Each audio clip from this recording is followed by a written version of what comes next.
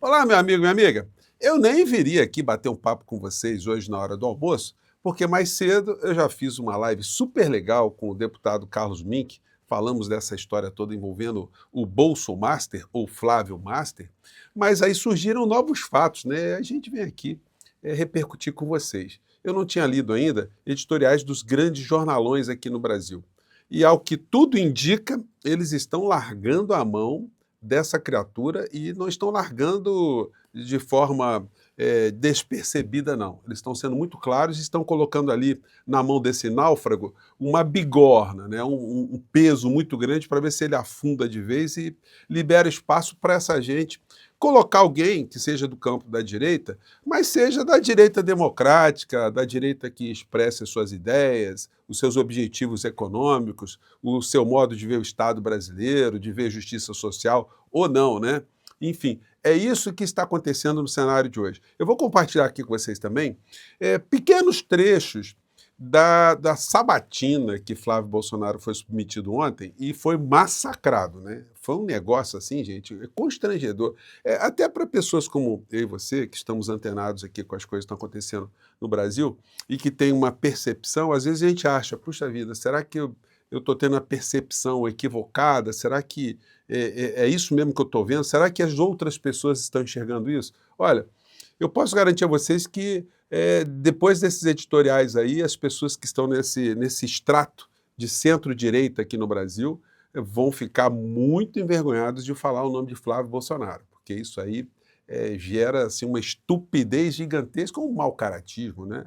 Ou uma associação criminosa. Bom, vou conversar com vocês, vou mostrar as cenas, mas é sempre fundamental, antes de mais nada, convidar você que chegou agora no nosso portal, ainda não é inscrito, para que, em primeiro lugar, você se inscreva aqui conosco, venha participar aqui das nossas atividades, mande seu joinha, mande seu comentário, e se puder, prestigie nosso clube de membros e o nosso novo canal de cortes. Lembrando que sempre no primeiro comentário, eu coloco sempre uma informação muito importante, um abaixo-assinado, se você quer me ver aí, mais adiante aí, em lutas muito mais potentes, né, vamos dizer assim. Você que é muito bem-vindo e muito bem-vinda. Bom, quero começar aqui com esse editorial que é do Estadão, que me motivou aqui a fazer esse papo com vocês. O filme de terror de Flávio Bolsonaro. Gente, sintam a pressão. O caso da relação de Flávio com o Bovorcaro expõe a baixa estatura moral do pré-candidato e torna ainda mais urgente que a direita democrática se mobilize para se libertar do bolsonarismo. Aí começa aqui o editorial. Primeiro teste de estresse da campanha do senador Flávio Bolsonaro, a presidência terminou mal. A revelação de que o primogênito de Jair Bolsonaro cobrou do banqueiro Daniel Vorcaro dinheiro para alegadamente bancar um filme sobre a trajetória do pai fez mais do que expor o despreparo político do indigitado. Escancarou a sua baixa estatura moral, deficiência que o torna absolutamente indigno de ser presidente da República. Vamos mais aqui, tem mais coisa aqui. Esse episódio torna ainda mais urgente que a direita democrática se empenhe em construir uma alternativa conservadora séria, comprometida com a Constituição e com padrões mínimos de decência para disputar a presidência e impedir que o petista Luiz Inácio Lula da Silva ganhe mais 4 anos para arruinar o Brasil. Vocês vejam só, né, como eles fazem o contraponto. Para isso, a direita não pode seguir a reboque de um desqualificado como Jair Bolsonaro e seu clã, cuja trajetória política é marcada desde sempre por sua vocação antidemocrática, por sucessivos escândalos, pela confusão deliberada entre público e privado e pela imoralidade. Graças às conversas reveladas pelo site Intercept Brasil, confirmadas pelo Estadão, essa depravação fica ainda mais explícita. Nelas, constata-se que o grau de proximidade entre um senador da República, hoje com pretensão de governar o Brasil, e um banqueiro, que já naquela época era suspeito de ser protagonista do maior crime já cometido contra o sistema financeiro nacional. E aí segue mais em frente aqui. Primeiro, Flávio tentou negar, questionado por jornalistas, disse que se tratava de mentira. Depois, quando as provas vieram à luz, o senador teve que reconhecer que mesmo pediu dinheiro, mas enfatizou que se tratava de uma relação privada, sem envolver recursos públicos. Ora, pouco importa se o dinheiro era privado ou público. O busilis é a origem dos recursos. A fortuna do senhor Vorcaro não advém de seu sucesso empresarial. em atividades legais. Segundo a Polícia Federal, o banqueiro construiu patrimônio por meio de fraudes bancárias, algumas das quais envolvendo fundos de previdência de servidores públicos em diversos estados e municípios, além de Banco de Brasília. Em paralelo, Vorcaro construiu uma rede de influência nos três poderes, ao que parece, a peso de ouro. Tudo isso era sabido na época da conversa entre os dois. O problema central, portanto, é outro. Flávio Bolsonaro não pode ser tratado como um cidadão qualquer pedindo ajuda a um financiador qualquer. Era um senador com pretensões presidenciais, esperando receber milhões de dólares de um notório escroque, cuja prisão aconteceria no dia seguinte a tal conversa. Gente, é só pancada acima de pancada. Eu estou suprimindo aqui alguns parágrafos para a gente finalizar o papo do editorial aqui. Para piorar, a mambembe explicação do entorno bolsonarista só aprofundou as suspeitas sobre as reais intenções de Flávio Bolsonaro. O produtor do filme, o deputado Mário Frias, afirmou textualmente: não há um único centavo de Daniel Vorcaro em Dark Horse. Ora, se não havia dinheiro do banqueiro na produção, para onde iria a dinheirama cobrada pelo senador?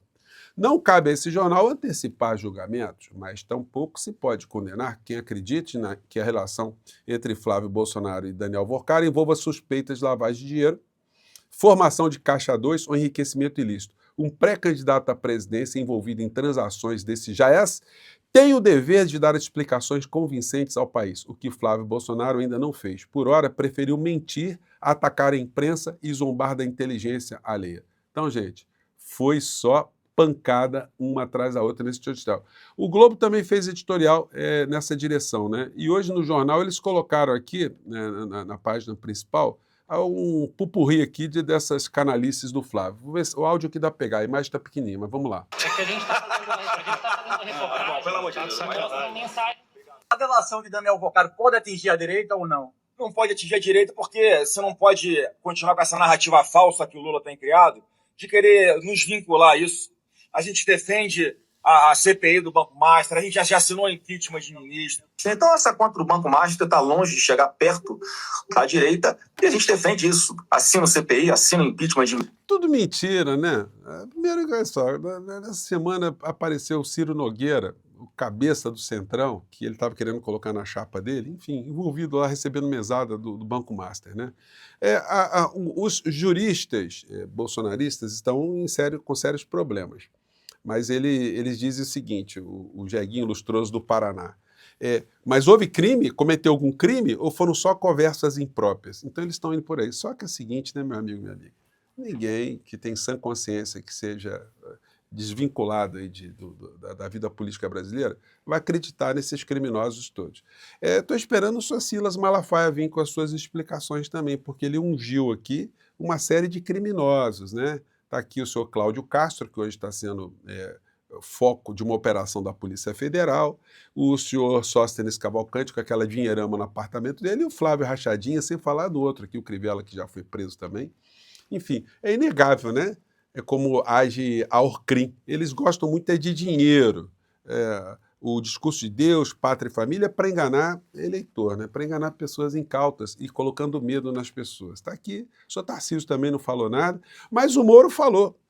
Ele está defendendo aqui o Dudu Bananinha, dizendo o Flávio Rachadinha, as alcunhas do clã são curiosas, né? Enfim, está defendendo aqui, ele está dizendo que o sinônimo de corrupção é o PT. Mas não adianta não, o Moro, essa aí, olha, ficar dizendo... Agora, vejam só, né? O Moro sair da condição de um cara lá atrás que dizia que combatia a corrupção para virar um segurança, né, um leão de chácara do crime bolsonarista, defendendo esses criminosos todos, defendendo um rachador de dinheiro público e agora um tomador de dinheiro para coisas que nós não sabemos para onde foram esses recursos, né, mostra a estatura moral dessa gente aí do bolsonarismo. Ontem no Jornal Nacional eles fizeram uma matéria que, para quem acompanha o telejornal, deixou muita gente com os cabelos arrepiados no campo da direita. Vamos ver um trechinho aqui. Advogado do irmão, Paulo Calixto, na operação. As mensagens da matéria do Intercept Brasil. Bom, então é o seguinte, aí o Jornal Nacional, às vezes acontece isso, o Jornal Nacional que deu uma pancada na criatura, mas ontem que eu achei mais interessante foi o massacre lá na Globo News. Teve um momento aqui, vamos ver se vai pegar direitinho, que foi o momento que o Guedes dá uma apertada aqui no Flávio, e chegou a ser muito engraçado, mas o Jornal Nacional não colocou esse trecho, e eu quero compartilhar com vocês esse pedaço aqui desse massacre contra o Flávio Rachadinho. Vamos lá. A todo momento, essa CPI do Banco Master, mais do que nunca, ela é necessária, que é para separar bandido de inocente. Eu não vou aceitar me vincularem a esses contatos espúrios que o governo do PT tem com o Vorcaro. Eu não me reuni. Os jornalistas deveriam ter perguntado, né? Quais são os contatos espúrios com o Vorcaro, né? Porque eles repetem tanto isso, mas eles não apresentam nada. É sempre atacando para tentar desviar o foco dos seus próprios crimes. No escurinho do cinema com ele, não. Quando eu falo, Júlia, que eu nego, na verdade, que conhecia, que eu tinha contato com ele, é porque tinha uma cláusula de confidencialidade nesse contrato. Vem cá, então o Flávio Bolsonaro, ele está dizendo para as pessoas que ele deixou de ter um comportamento porque ele tem uma cláusula num contrato. Ué, ele só é obrigado a respeitar o contrato se ele assinou um contrato. Que contrato o Flávio Bolsonaro teria assinado com o grupo de Daniel Vorcaro? Então, essa história aí não fecha, né, seu Flávio? E mais à frente aí foi questionado. Então, o senhor assinou um contrato com um ente privado, o senhor sendo candidato à presidência da República, o senhor deve mais obrigação a esse contrato privado ou a interesse público, aos cidadãos de um modo em geral? Então, foi muita pancada, né? Mas vamos no trecho aqui. A minha relação com ele era exclusivamente para o filme. Se eu falo assim, não, eu conheço o Vorcaro, a pergunta seguinte, qual ia ser? Qual a sua relação com ele? Eu ia ter que falar do filme. Foi só por isso que eu me eximi. E lá na frente do Supremo Tribunal Federal, quando eu sou interrogado. Engraçado o seguinte, o Guedes, que está aqui em menor plano, ele sempre foi repórter policial, né? Então ele está acostumado, e policial no Rio de Janeiro. Então ele conhece essa história toda, então ele está vendo aqui o Flávio Bolsonaro falando, mas o semblante, é que ele está com óculos muito grosso hoje, né? Mas o semblante dele é de quem está vendo o criminoso tentando engrupir o delegado num depoimento, né? Que eu reajo daquela forma. Primeiro, que a pessoa que vem me abordar, eu conheço, é desse blog aí, que é um blog claramente, historicamente favorável ao PT e contra nós, e eu não podia, mais uma vez, falar nada sobre o filme. Mas eu ainda... Senador, assim, ó, é investimento privado, como é de verdade. Tem dinheiro público, a gente acabou de falar, senador. Desculpa, Otávio, só para insistir nisso, porque o senhor tem repetido que é dinheiro privado, mas tem dinheiro público. E o repórter do Intercept fez a pergunta com muita educação para o senhor, e o senhor mentiu na resposta. A pergunta foi exatamente para me colocar no mesmo saco sujo do PT. Não vão fazer isso. Senador, não tem possibilidade disso acontecer. Senador, o senhor está dividindo essa história entre inocentes e bandidos. A partir do momento que um repórter faz uma pergunta se o Vorcaro financiou o filme e o senhor dá uma risada, o senhor chama ele de militante e o senhor diz, é mentira, é mentira, é mentira. Isso é um comportamento de um inocente? Porque o inocente não tem nada... Deixa eu acabar minha pergunta. Porque já expliquei, eu tenho um contrato de confidencialidade. Eu estou falando nesse momento porque isso, obviamente, veio à tona, não tem mais como negar. Por isso que eu... Agora, que contrato de confidencialidade é esse, né? Ué, um contrato, você pressupõe ali negócios, né? Negócio jurídico. Então, o que está ganhando o Flávio Bolsonaro nesse contrato? É um contrato onde não tem valor de nada? É muito inexplicável essa vida dele, né? Tem aqui, de peito aberto, falar, olhando no olho de todo mundo, que não tem absolutamente nada de errado. Não adianta, Otávio, querer nos rotular, mais que você tenha sua preferência político-partidária, de ter feito algo errado, que nós não fizemos. É uma relação contratual. Eu não tenho absolutamente nenhum contato com o Daniel Vorcaro, a não ser para tratar de filme. E as próprias conversas WhatsApp que foram vazadas mostram absolutamente isso. Mas, senador, nessa conversa que o senhor tem com o Vorcaro, que seria uma conversa profissional, um patrocínio... Profissional, é de um investidor. Mas é assim, é meu irmão, meu irmãozinho, fica com Deus, me arruma a grana, tamo junto. É irmão. Olha o detalhe agora, que o Guedes vai dar uma cortada, pena que as outras jornalistas não deixaram a coisa fluir. Irmãozinho, é meu amigo ou é uma conversa profissional? Porque depois o dinheiro o senhor nem sabe para onde vai. Otávio, você é do Rio de Janeiro, você sabe que irmão, meu irmão, é uma expressão que a gente cumprimenta até o... Vai pedir um pouco na praia, meu irmão, me dá um pouco aí. Não pede 60 milhões. É igual o Guri do Rio Grande do Sul, comprar é igual um pouco é diferente de pegar 60 milhões com um banqueiro desonesto, senador. Velho em Brasília. Cara, não tem... Se você querer me... Pedir um coco na praia é diferente do que pedir 60 milhões, né? Então, gente, hoje eu conversei com o Carlos Mink mais cedo, deputado Carlos Mink, ele deu alguns panoramas também, e eu também já conversei com vocês. Vamos ver aí as próximas pesquisas feitas depois desse episódio, para a gente aferir o que, de fato, uma parcela do eleitorado está percebendo. Isso pode definir o futuro do nosso país. Quem sabe até isso garanta uma vitória do Lula no primeiro turno, né? É para isso que a gente está trabalhando, tá bom? Eu fico por aqui mais uma vez, um grande abraço e mais tarde a gente volta. Tchau.